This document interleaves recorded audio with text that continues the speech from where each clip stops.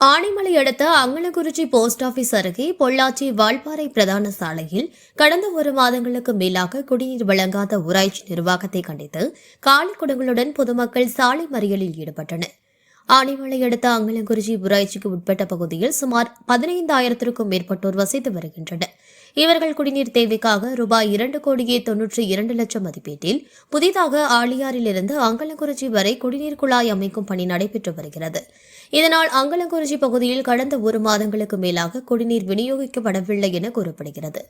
இந்த நிலையில் பொங்கல் பண்டிகையை ஒட்டி குடிநீர் இல்லாமல் அவதிப்பட்டு வருவதாக அங்கலக்குறிச்சி பழைய போஸ்ட் ஆபீஸ் அருகே பொள்ளாச்சி வால்பாறை சாலையில் சுமார் 50க்கும் மேற்பட்டோர் காலி குடங்களுடன் திடீரென சாலை மறியலில் ஈடுபட்டனர். இதனையடுத்து அங்கு வந்த ஆழியார் காவல் நிலைய போலீசார் பொதுமக்களிடம் பேச்சுவார்த்தை நடத்தி இன்று இரவுக்குள் குடிநீர் வழங்கப்படும் என உறுதியளித்ததனைத் தொடர்ந்து சாலை மறியல் கைவிடப்பட்டது.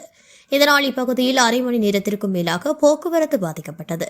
மேலும் இன்று இரவுக்குள் தண்ணீர் வழங்கப்படவில்லை என்றால் மீண்டும் சாலை மறியலில் ஈடுபடுவோம் என பொதுமக்கள் அங்கலக்குறிச்சி ஊராட்சி நிர்வாகத்திற்கு எச்சரிக்கை விடுத்துள்ளனர்.